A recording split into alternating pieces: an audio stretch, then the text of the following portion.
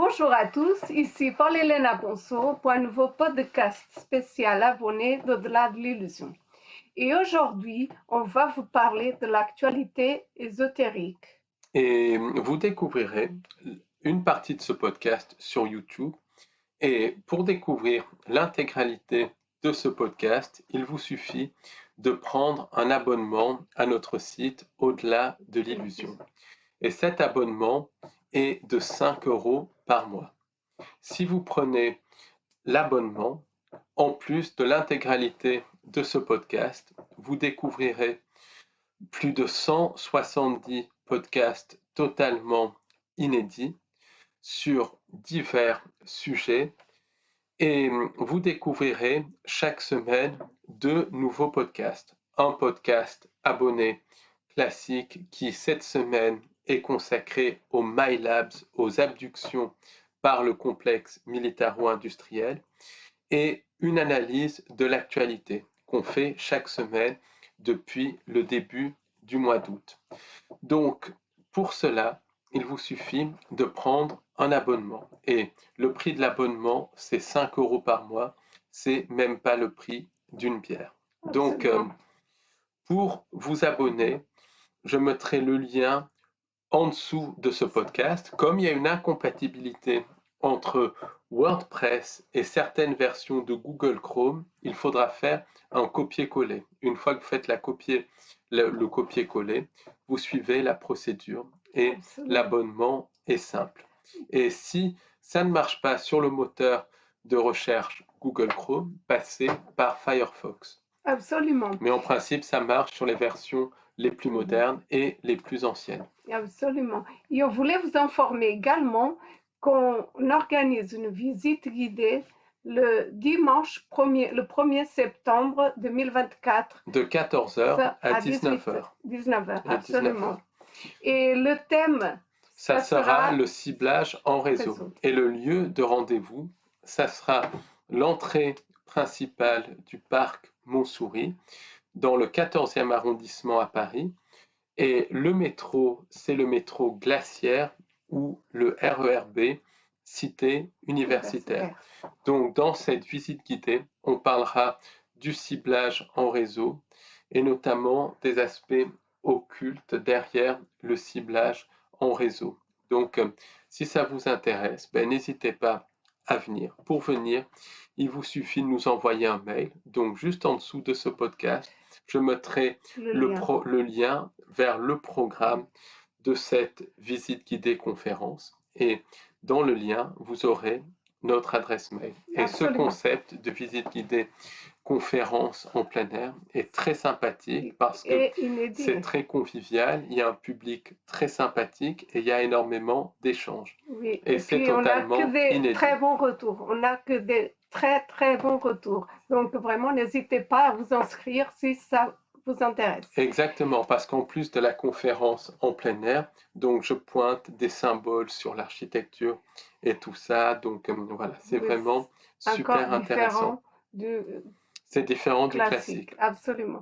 Et on voulait vous informer également qu'on organise une conférence en présentiel le samedi 7 septembre 2024. De 12h à 18h. 18h. Et le thème de la conférence, ça sera les tireurs de ficelles, qui tirent les ficelles derrière cette réalité.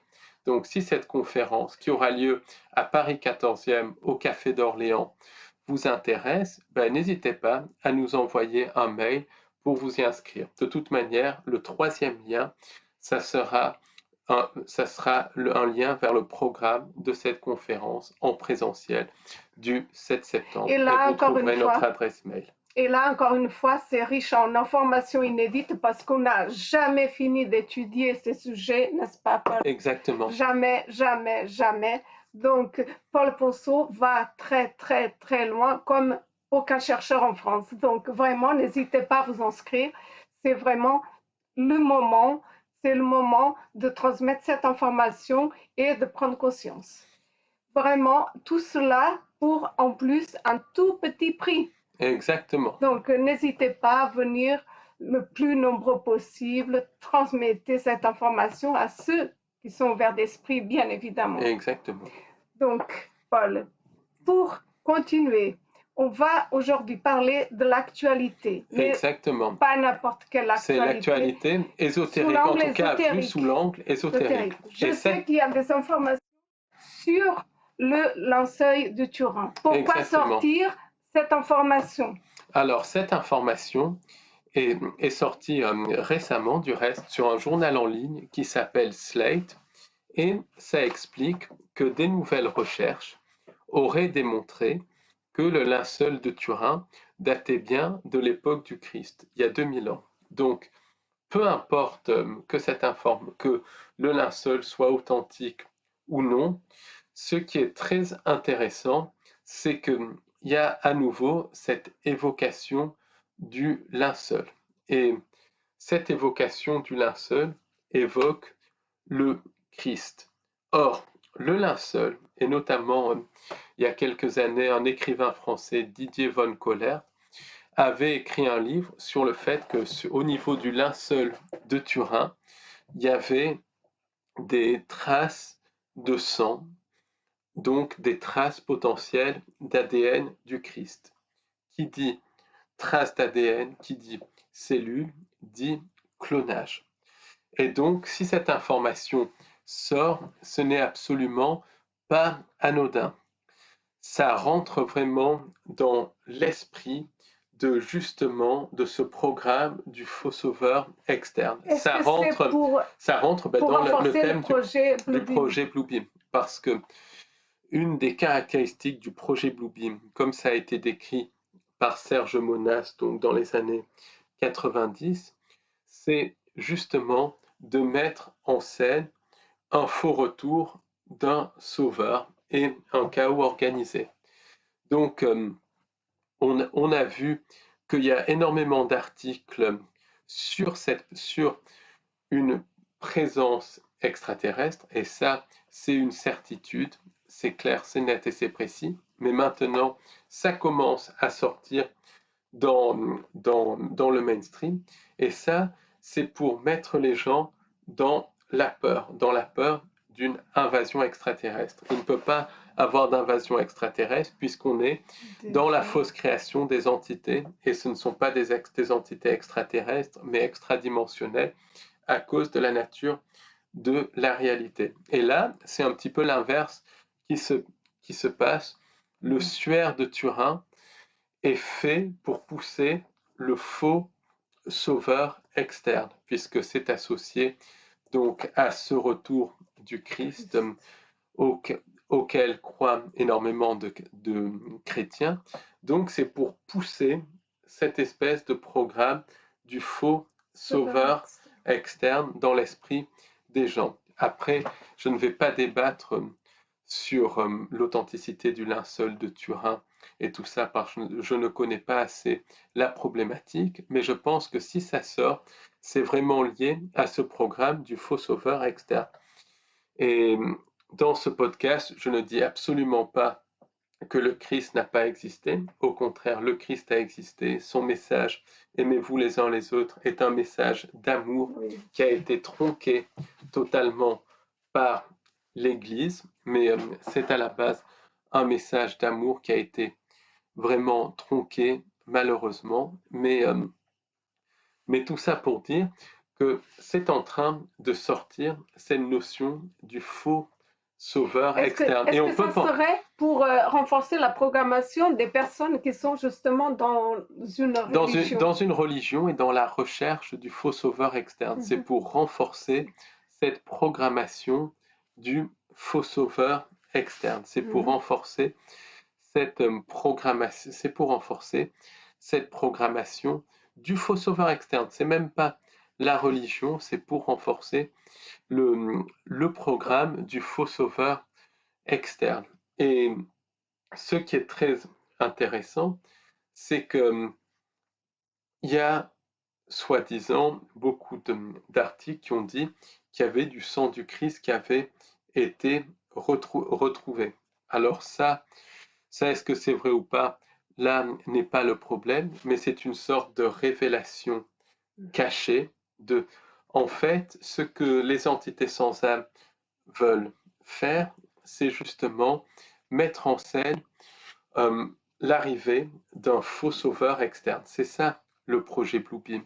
Et cette arrivée d'un faux sauveur externe peut prendre la forme ou justement de faux sauveurs liés à la Confédération galactique et tout cela, qui sont en fait les entités sans âme, ou ça peut prendre un faux sauveur externe sous forme d'un personnage religieux, comme par hasard, ça peut être un, un faux Christ ou quelque chose, ou quelque chose comme ça. Et ça, il n'y a pas besoin il n'y a pas besoin de traces de sang et tout ça. Ça peut être mis en scène dans des laboratoires de clonage et tout ça. Mais en fait, le fait que ça sorte dans le mainstream, cette notion de sueur, c'est pour vraiment pousser cette notion de faux sauveur externe. Et ça se fait bien évidemment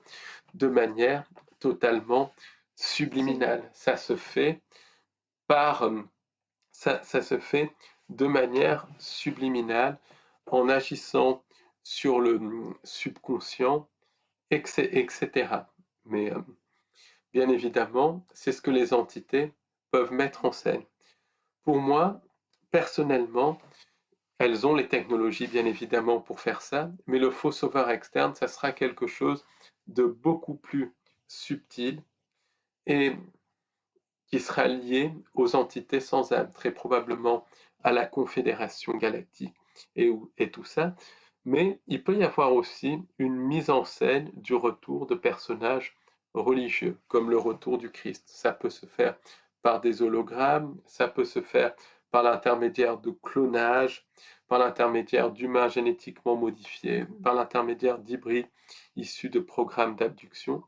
Mais ça peut se faire, ou en tout cas, la perception d'un retour imminent euh, peut être faite. Et ça fait partie du programme du faux sauveur externe, parce qu'il y a énormément de travail aussi sur la perception. Et on voit très bien que le programme du faux sauveur externe est activé en permanence avec tout le cirque de la politique, avec tout le cirque de la politique. On le voit par exemple avec les sélections américaines, je dis bien les sélections américaines, ou ces programmes du faux sauveur externe à gogo. On le voit très bien aussi dans l'alternative où des faux sauveurs externes, que ce soit un certain candidat à la présidence américaine, que ce soit des présidents et tout ça, sont sortis à la louche. Et ça, c'est vraiment fait pour activer le programme du faux sauveur externe. Et dans le mouvement New Age, le faux sauveur externe, c'est bien évidemment la Confédération galactique, les soi-disant frères de l'espace. En fait, la Confédération galactique, derrière la Confédération galactique, c'est les mêmes entités ou les mêmes groupes d'entités qui sont derrière le système de contrôle. Pourquoi? Parce que ces entités sont capables de manipuler la perception des gens. Elles sont aussi capables, par leur technologie, de modifier leur apparence.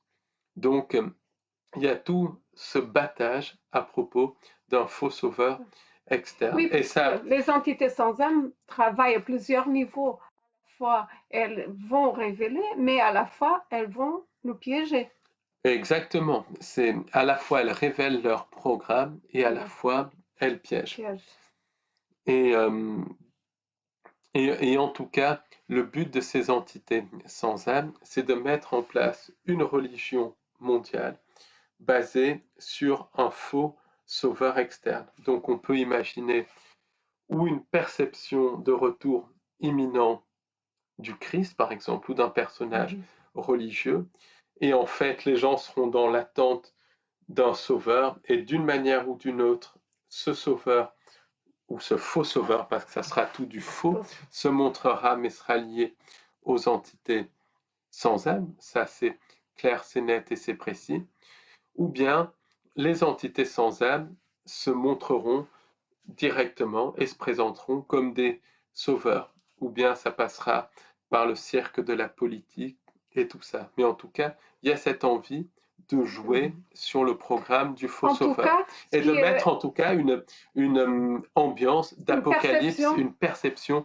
d'apocalypse imminente. En Et tout ça, cas, ce que je c'est typique de la manipulation des entités sans âme. En tout cas, ce que je pense, c'est que beaucoup de gens tomberaient dans ce piège puisqu'ils ont déjà un programme qui est très puissant Ben, il y du a le faux programme du sauveur faux sauveur externe, externe donc qui est extrêmement qui est en puissant. nous, en tous, mais beaucoup de personnes tomberaient dans ce piège puisque c'est encore pire quand ils ne sont pas au courant de ces informations. Exactement. Et le programme du faux sauveur externe est poussé vraiment de partout. Il est poussé de partout, que ce soit par l'intermédiaire du cirque de la politique, que ce soit par l'intermédiaire des religions, dont le message est, est beau à la base. C'est un message d'amour, mais ça a été infiltré et tronqué par les entités non humaines, que ce soit par l'intermédiaire du New Age aussi, que ce soit par l'intermédiaire de l'alternative, le programme du faux sauveur externe est poussé. Et justement, tout cela tombe au même moment que des éruptions volcaniques majeures en Islande. Et les éruptions volcaniques majeures en Islande, de même que beaucoup de phénomènes cataclysmiques qu'on va voir, sont sont dans cette espèce de, de programme de perception d'un chaos, imminent pour que les gens fassent appel à un faux sauveur externe. Donc maintenant, si vous voulez continuer à écouter ce podcast, je vous invite à aller cliquer sur la page abonnement de notre site et prendre un abonnement. Donc c'est www.au-delà-de-l'illusion.fr.